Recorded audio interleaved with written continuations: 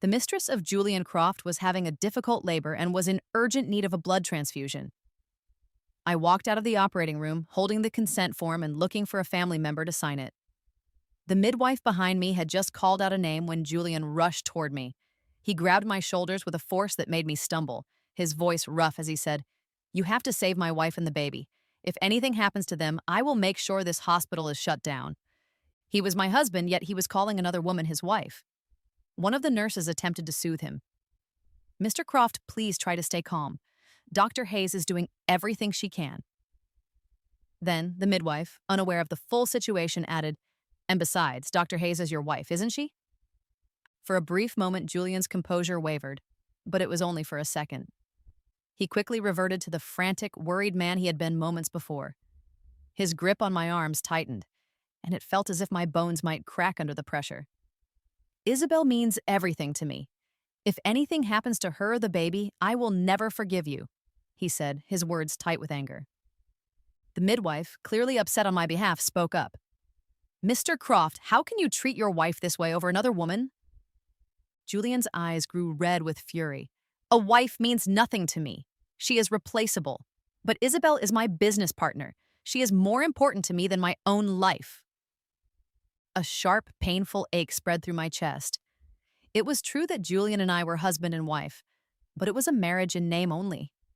We had gone through a wedding ceremony, signed a prenuptial agreement, and lived in the same house for over a year, but we had never officially registered our marriage. He had promised that we would make it official after a 2-year trial period. Now, after more than 400 days of waiting and holding on to that promise, his cruel words, "She is replaceable," were all I had in return. I took a deep breath and slapped him hard across the face. A red handprint immediately appeared on his cheek. His family's bodyguards moved forward, but Julian raised a hand to stop them. He stared at me with bloodshot eyes and warned me, "You are a doctor. Don't forget your professional duty." He was using the hospital's reputation to threaten me, and the director had no choice but to have me continue with the operation. In the end, Isabelle gave birth to a healthy baby boy. Both Julian and Isabelle's actual husband were overjoyed.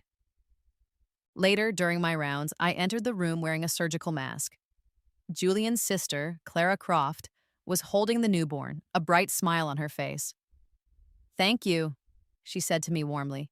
"You saved Isabelle. You have no idea how much she means to my brother."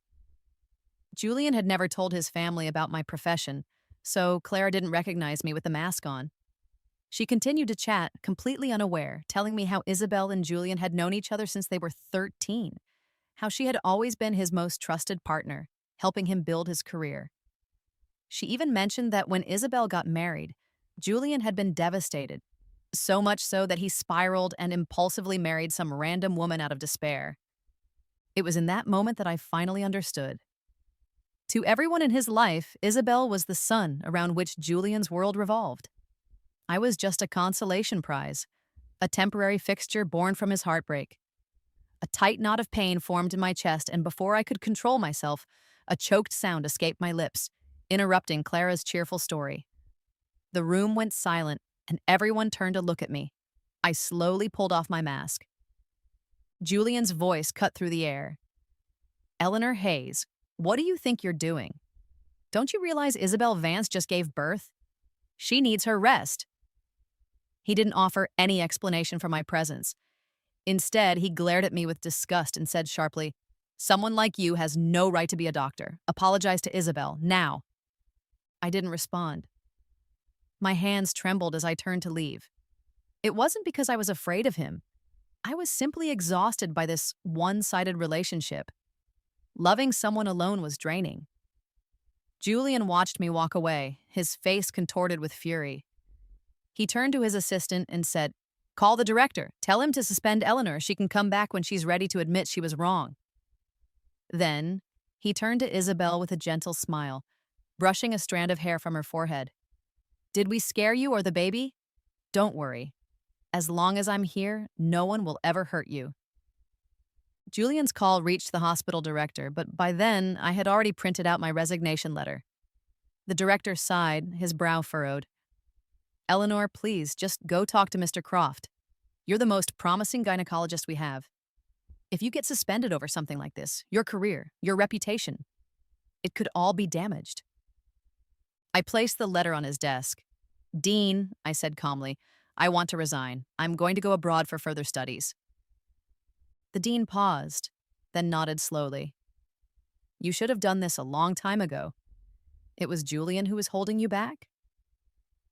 I had met Julian at an alumni event. At the time, he needed a wife to help him secure a major business deal, and I needed to get married to give my terminally ill mother some peace of mind. We made an agreement. I had initially requested that we register our marriage legally, but he claimed his company was in a volatile state and he didn't want any potential debt to affect me. I believed him. I signed a private marriage agreement and gave him my name and, foolishly, my heart. I later learned that his company was far more powerful than he had let on. After he used our marriage to close the deal, he rarely mentioned me to anyone in his social or professional circles. The woman consistently by his side was Isabelle. In their world, she was his one and only. When we first married, I argued with him about it, but he never apologized. Instead, he would hold my face, his eyes filled with scorn. You only know how to use a scalpel, he'd say. You're useless in the business world. Isabelle is different. She's intelligent, strategic. She never cares about titles or formalities. Even after we got married, she stayed by my side to help instead of being petty. Why don't you try reading a few more books? Furious, I showed him my doctoral admission letter from Harvard Medical School and told him I was going to study abroad. But he held me tightly, refusing to let go. You're not going anywhere, he said firmly. I don't agree. Because of him, I gave up my first opportunity to study abroad, thinking the sacrifice might win his affection. In the end, I was just another tool he could easily replace. As I was finishing my work at the hospital, discharging my last couple of patients, I ran into Julian escorting Isabelle out after her stay. I glanced at them without any emotion and kept walking. But Isabelle, with Julian at her side, stepped forward to approach me. Eleanor, thank you so much, she said in her usual soft voice. If it weren't for you, the baby and I might not have made it. I heard Julian lost his temper with you. He gets that way whenever I'm involved. She offered a gentle smile and added, Don't be upset with him. Let me apologize on his behalf. Her eyes then drifted pointedly toward my stomach. With the tone of an experienced woman, she said, A woman really should have a baby to keep the family stable. You should think about quitting work and focusing on starting a family with Julian. She turned to Julian with a teasing laugh. You love children so much. Why not let Miss Hayes give you one, too? Julian chuckled and pinched her nose affectionately. She's not as lucky as you are. I knew Isabelle was saying these things on purpose, trying to provoke a reaction. Once, I would have argued back. But now, watching their open display of affection, I just felt tired. I waved a hand dismissively. That kind of blessing is too much for me. Please let Mr. Croft give it all to Miss Vance. Without waiting for their reaction, I turned and walked into the elevator. Perhaps it was the cold, detached way I said Mr. Croft that bothered him. The moment I stepped out of the hospital, he grabbed my wrist. He tried to pull me towards his car, but I placed my hand firmly on the door, refusing to get in. Eleanor, are you done making a scene? He asked harshly. Seeing my blank expression, he frowned. Isabelle's husband was right there. What you said could cause a misunderstanding. I pushed him away, disgusted. If you were truly afraid of misunderstandings, you wouldn't be acting like her husband in the hospital. You wouldn't be wrapping your arm around her waist in public. She's my best friend, Julian replied without hesitation. Physical contact between us is normal. I let out a bitter laugh. So asking her to have your child is also normal? His face darkened. If that's how you want to see it, I can't help you. He got into the car.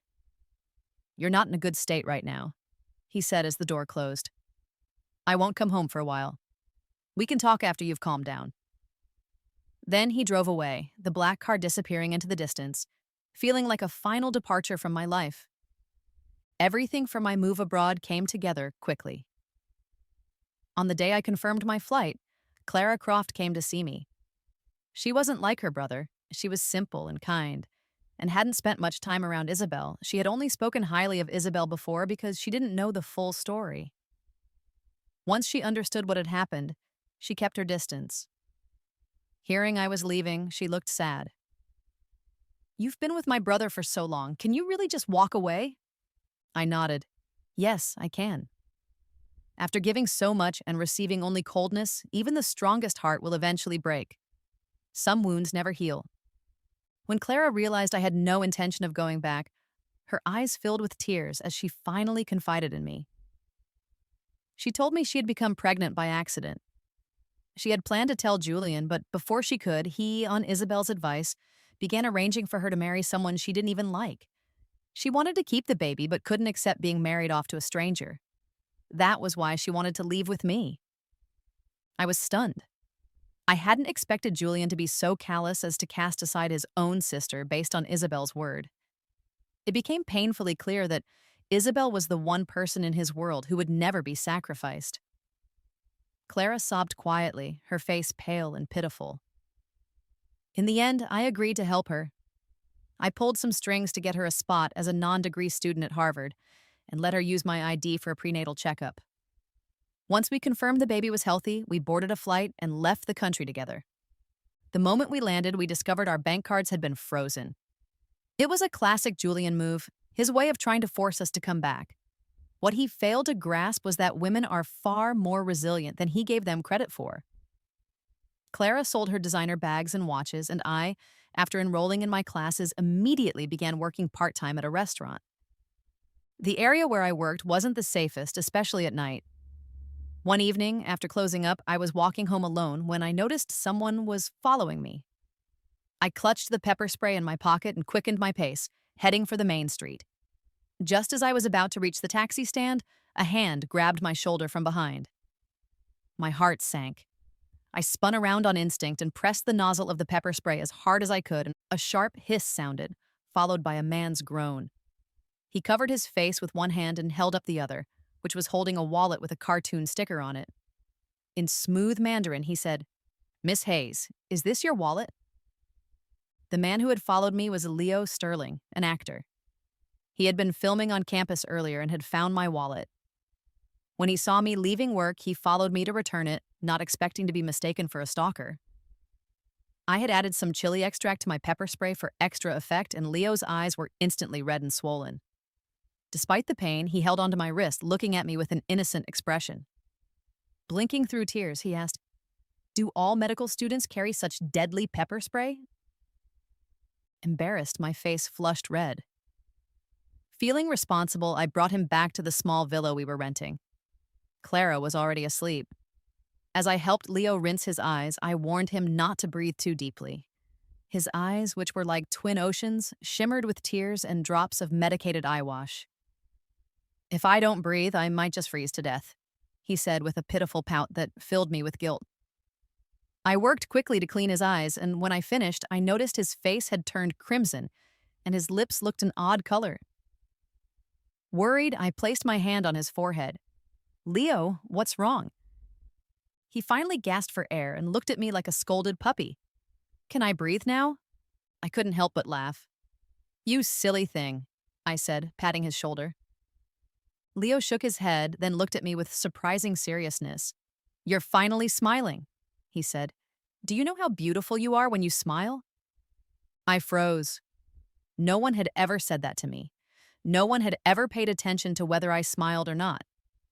After my parents' divorce, I lived with my mother, a woman with severe obsessive-compulsive disorder and a rigid outlook on life. She demanded discipline in every aspect of my life, from my daily routine to my emotional expression. I never dared to smile freely. Later, when she was diagnosed with cancer, she urged me to marry quickly.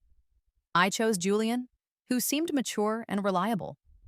Before she passed away, she held my hand and said, "Julian may not be like me. Try to be yourself." But after marrying him, I found he was just as rigid and stern. Worse, he constantly held Isabelle up as the standard, comparing me to her. Whenever I relaxed, he would scold me. "Eleanor, you're a married woman and a medical professional. Can you act with some dignity?" I stopped arguing and simply became as cautious and composed with him as I had been with my mother, never smiling. By 10 that night, the swelling around Leo's eyes had gone down. He stood by the liquor cabinet in the living room, tilting his head as he looked at me. He was taller than Julian, with nearly flawless proportions. Just standing there with a faint smile, he had natural charm. "Sister," he said suddenly, using a friendly, informal term of address, "can you help me win over a girl?" His question caught me off guard. My own love life was a disaster. How could I teach someone else? As if sensing my hesitation, he quickly reminded me, "On the way home, you said that if I wanted to learn something, you'd do your best to teach me." I had no memory of saying that, but his expression was so sincere that I had to ask, "What kind of girl are you trying to win over?" Leo stepped closer, his deep eyes fixed on mine. "She's a medical student, just like you. I thought maybe girls studying medicine have similar interests. So, why don't you tell me something that would touch your heart and then I can try it on her?" He looked at me as if I were the center of his universe. Before I knew it, I heard myself saying, "If she enjoys sports, invite her to go skiing on Christmas. If she prefers quiet evenings, cook her a warm, candlelit dinner yourself." "But I don't know how to cook," Leo responded instantly. "I'll pay you to teach me." As if worried I would say no, he added, "I'm in the entertainment industry. It wouldn't be safe to have someone else teach me. I trust you. Besides, I'll pay you more than you make at the restaurant." Tempted by the offer, I agreed. Leo was a dedicated student. The day after he finished filming, he came straight to my place for lessons. He took detailed notes and politely asked about my taste in food. Within a week, he had mastered every dish I taught him. I was about to tell him our lessons could end when he looked at me and said, "Sister, can I invite the girl I like to have dinner at your place on Christmas?" I scratched my head. That might not be appropriate. I was planning to work on my paper. "That's okay," he said, his eyes sincere. "You don't have to do anything. You don't even need to leave your room. I just feel more at ease with you around. Please don't turn me down." He rested his head against mine like a puppy, and I gently pushed him away. Clara, who was in the living room, saw the exchange and, to my surprise, sided with him, helping to persuade me. Faced with both of them, I finally gave in. On Christmas Day, Leo handled everything. He cleaned the entire villa and changed into a crisp dress shirt and tie. I was in my room finishing my paper when I heard him call out, "Sister, can you help me open the door?" I walked over and opened it, only to be stunned. At the entrance stood Leo's assistant, holding a large bouquet of champagne roses. Leo took off his apron, walked over, took the flowers, and turned to face me. "Sister, these are for you." I blinked, surprised, and instinctively took them. Leo then gently guided me to the dining table, his hand steady at my waist. I looked down at the bouquet, then at the table filled with all my favorite dishes. In that moment, I understood. The girl Leo wanted to confess to was me. But his confession was gentle, not demanding. Just as he had in our cooking lessons, he simply placed food onto my plate. "You don't have to give me an answer right now," he said quietly. "I understand it's not easy to open your heart to someone new." He peeled a shrimp and placed it in front of me, his smile warm and his eyes full of sincerity. "I just wanted to tell you how I feel. I want you to know that the world isn't just one single path. You can lift your eyes and see what lies ahead. Maybe you'll discover the mountain that truly belongs to you has always been right in front of you. All you have to do is take one step forward." When I first met Julian, he told me he was my only choice. Even my mother had tried to convince me that my future was with him and him alone. Over time, I almost started to believe it. I forgot that the path I walked was my own. As I was lost in thought, my phone vibrated. It was a message from one of Julian's friends, a candid photo of my back as I was leaving the OB/GYN clinic, where I had been picking up test results for Clara and her baby. An angry voice message from Julian followed. "You're already pregnant, so what are you still fussing about? That's enough. Don't push me, or I really will walk away for good. And don't think you're still young at 26. You might leave me and think you'll find someone better, but let me tell you, no man would even glance at a boring woman like you. Only I ever accepted you. No one would look at me." But Leo was standing right in front of me. I didn't reply. I blocked Julian and all his friends, then pulled out my SIM card and threw it in the trash. In that moment, I made a quiet decision. I would no longer be trapped by a failed marriage. I would break free from the chains they had wrapped around me and become so strong that if I ever had to face Julian again, nothing he said could ever shake me. Back at whatever bar they were at, Julian's friends noticed I had blocked them. Isabelle, who had just finished her postpartum confinement, was already there drinking with them. "Now that Miss Hayes is pregnant, maybe you should go make peace with her," she said sweetly to Julian. "She's a bit naive. She's probably just using the baby to get you to come back. What's the harm in lowering your head for a moment?" Julian's expression darkened. He had been happy when he first heard I might be pregnant, thinking the photo would be enough to make me come running back. But hearing Isabelle suggest I was using a child to manipulate him was unthinkable. He, Julian Croft, had never bowed to any woman. "She's carrying my child," he scoffed, leaning back.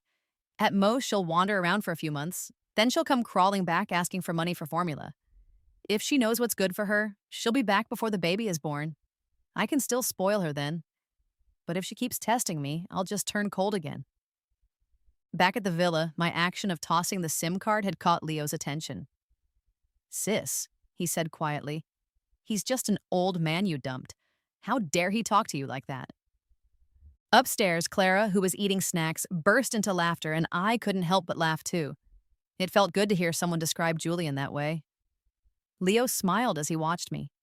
Then he stepped closer, gently cupped my face, and leaned his forehead against mine.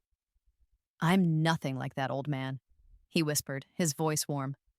"When I look at you, my heart races. I could never say a cruel word to you." He took my hand and placed it over his chest. I could feel his heartbeat, strong and steady.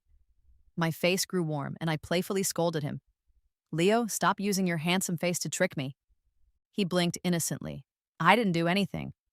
Fine, you didn't." Suddenly, a sharp pain shot through my stomach. "Leo, something's wrong. My stomach hurts." Without a second thought, he scooped me into his arms. "Don't worry. I'll take you to the hospital right now." He ran out the door, carrying me as if I were made of glass. It turned out to be acute gastroenteritis from eating too much junk food too quickly. When I woke up, Clara was sitting beside me, her eyes sparkling. "Eleanor, do you know what Leo did? He nearly flew in the entire national medical team for you." It was Christmas, and there were few doctors on duty. I could only imagine how frantic he must have been. I was touched. No one had ever shown me that kind of care.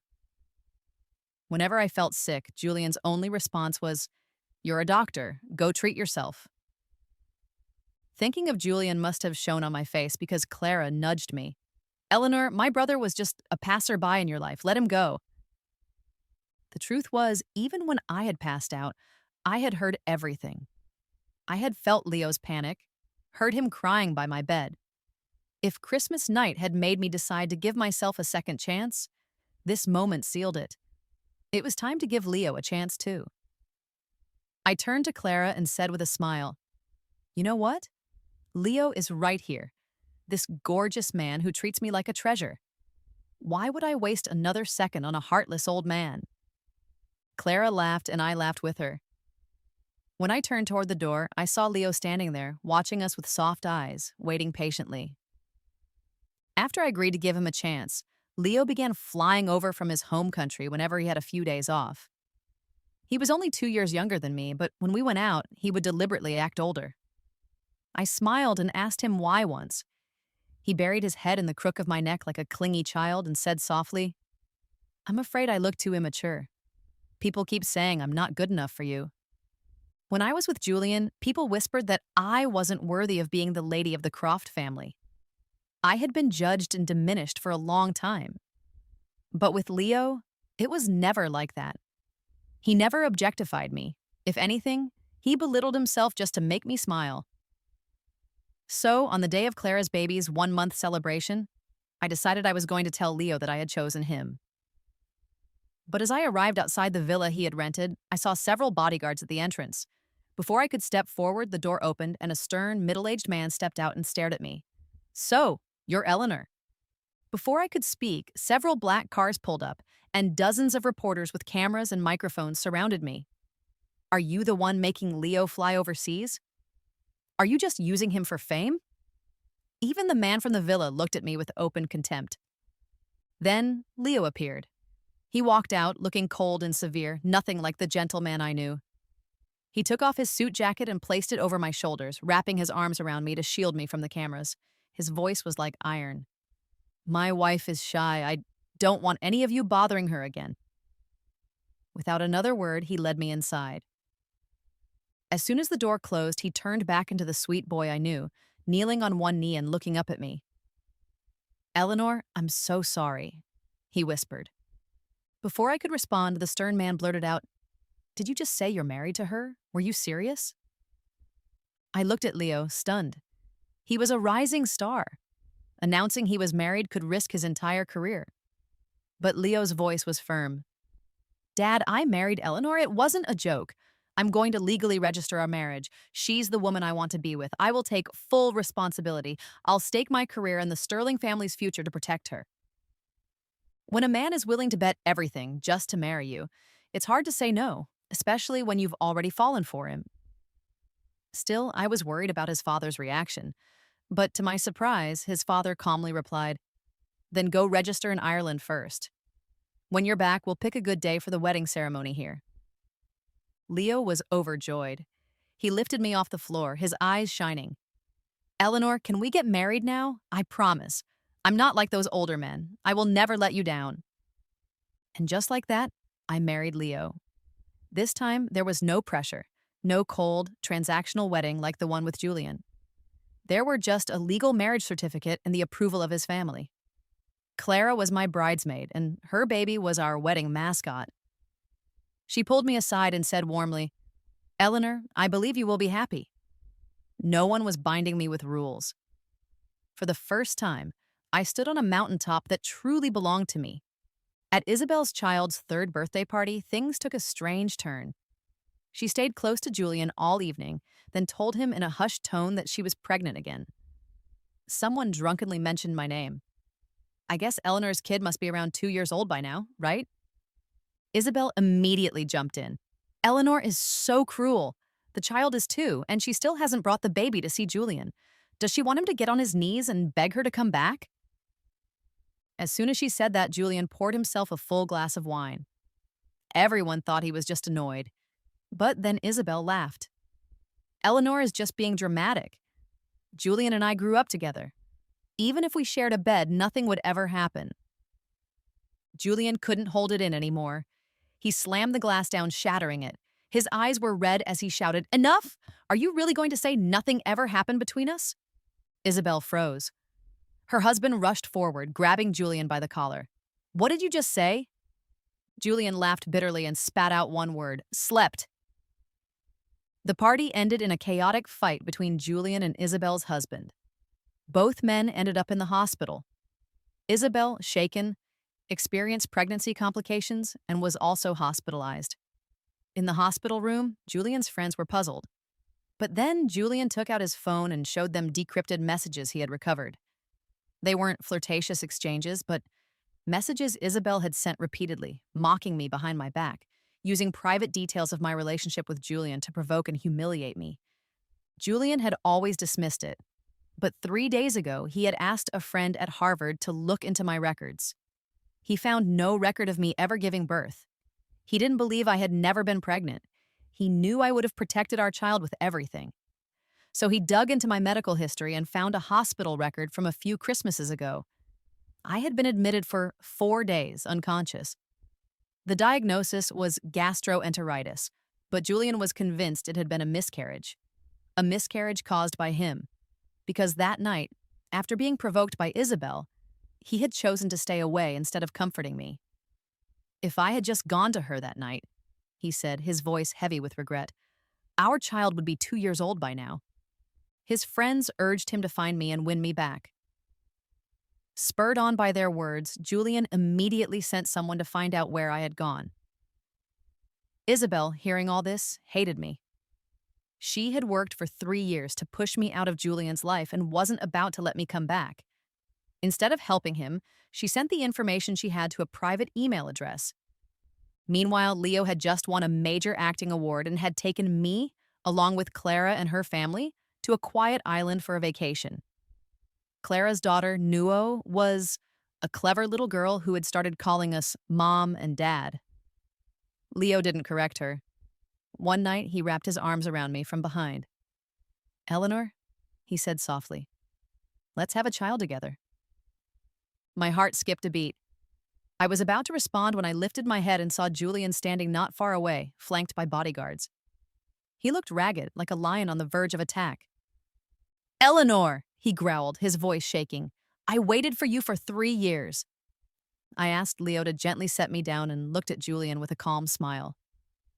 "Mr. Croft," I said softly, "when I left, I gave you a separation agreement."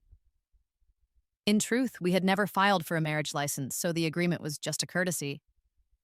But Julian's face twisted with rage. "It doesn't count.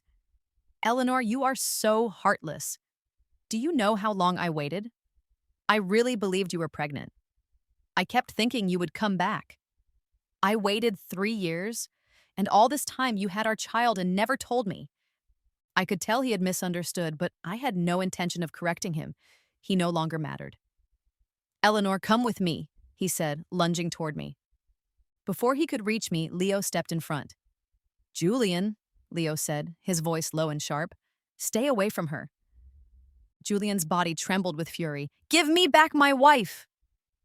Leo let out a humorless laugh and pulled a small booklet from his pocket. It was a marriage certificate. "Mr. Croft," he said coolly, "calling random women your wife is a sickness. You should get that treated." That was the last straw. Julian charged at Leo, fists flying. But Leo fought back swiftly, and within moments, Julian's lip was split and bleeding. Still breathless, Julian looked at me.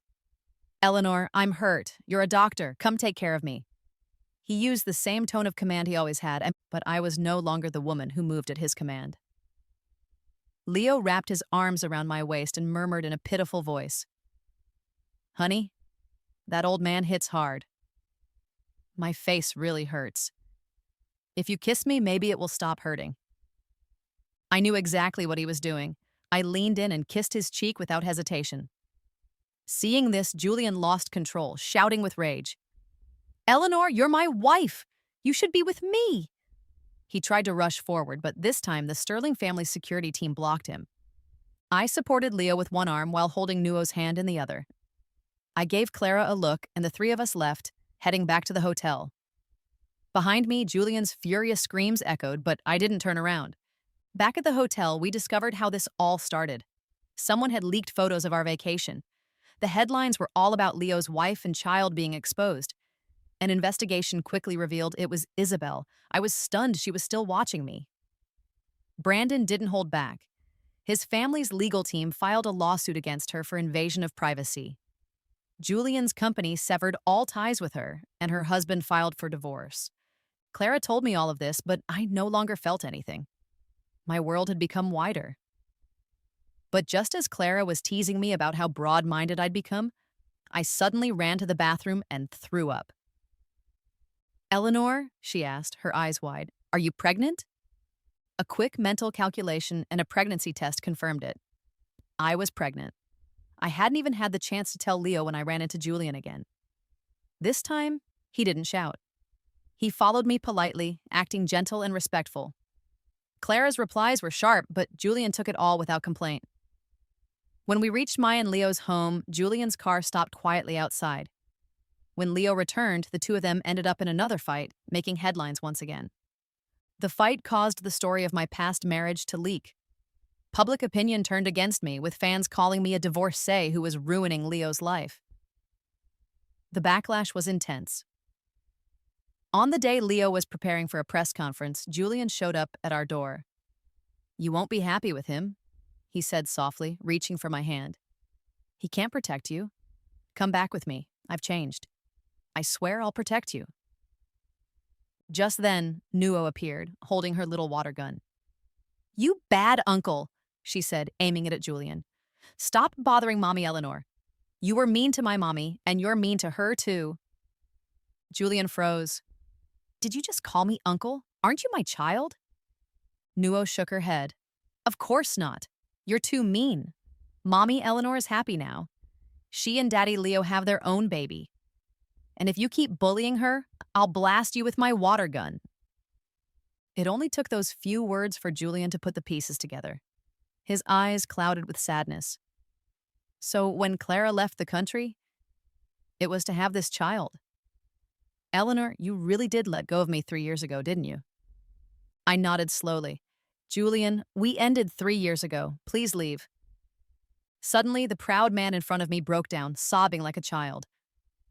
I kept telling myself that as long as we had a child, we still had a chance. I believed you loved me. Now I realize I waited for 3 years and it was all just a joke. Why did we have to come to this? He knelt before me. Eleanor, I know I was wrong. Divorce Leo. Let's be together. I'll raise Leo's child as my own. Please give me another chance. Before I could say anything, Leo stepped out of his car and kicked him hard in the chest. Julian, he growled, grabbing him by the collar. Stay away from my wife, or the Sterling family will not hesitate to bring down the entire Croft empire. Faced with a choice between love and profit, Julian once again chose the latter. The proud Croft family was nothing compared to Leo's powerful background. As Leo led me and little Nuo into the villa, Julian could only watch, his voice breaking as he screamed in pain. After that, Leo moved us into the Sterling family's old estate. When I was 6 months pregnant, he announced his retirement from acting to take over the family business and devote more time to me. His fans were supportive. At his farewell concert, they lit up the stadium with glow sticks spelling out my name. Leo and I stood together on stage, wrapped in each other's arms. As I glanced at the audience, I noticed Julian standing far in the back, alone and broken, tears streaming down his face. I looked right past him. After leaving Leo's farewell concert, Julian ran into Isabelle. Divorced and having lost her second child, she looked wild. You told me I was the one you needed, she demanded. Why don't you need me now? Julian already loathed her. He coldly motioned for his bodyguards to block her. Isabelle, look at yourself. Weren't you supposed to be the strong, independent type? Why can't you be more like Eleanor? His words struck her hard. You said the same thing about Eleanor once, didn't you? She cried. Julian, do you still not understand why you lost to Leo? You and I are the same. We love ourselves more than anyone else. We expect others to change for us. But no one is born to sacrifice for people like us. Eleanor loved you, and you took her for granted. Now that you've lost her, you have no one to blame but yourself. He understood her words. He had known the truth deep down ever since he realized Nuo was not his child. He hated Isabelle because she reminded him of who he had been, how blind he had been to Eleanor's love. He no longer saw any reason to let Isabelle off easy. Isabelle, he said coldly, you were part of the tax evasion scheme back then. It's time you paid for it. That sentence drove her over the edge. In a frenzy, she pulled a knife and stabbed it into his chest. If I can't be happy, neither can you. Staggering, Julian pressed a hand to the blood on his shirt. His thoughts drifted to Eleanor. Back when they were together, even a small cut on his hand would make her worry. But now, the one who had cared for him most would never come back. Leo had a secret he had never told Eleanor. He had fallen for her when he was only 20, when they were classmates.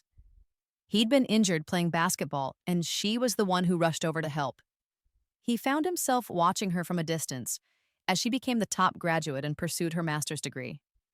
He knew her mother had high standards, so he took a role in a drama directed by someone she admired, planning to formally introduce himself to her family after the premiere. But on the day filming wrapped, Eleanor married Julian. Leo was devastated. He drank until he could barely stand, waiting outside her house all night. But he couldn't let her go. He stayed in the entertainment industry, telling himself that if he remained in the spotlight, she would always see him.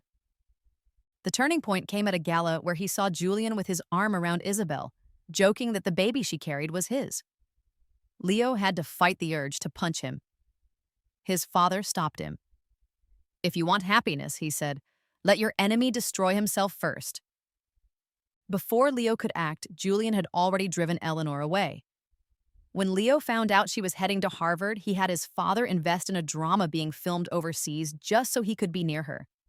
Every one of their encounters, which seemed accidental, had been carefully arranged by him. Even the reporters at Isabelle's baby celebration were brought from back home by his father. He couldn't wait any longer, afraid Julian would come back for her. Thankfully, his plans had worked. He had won her heart. One night, Eleanor woke up and saw him still working on his laptop. She wrapped her arms around his waist. "Leo, why are you still up?" He looked down at her and pressed a gentle kiss to her lips, his voice low and husky. "Sister," he whispered, using his old nickname for her. "I'm coming to bed now.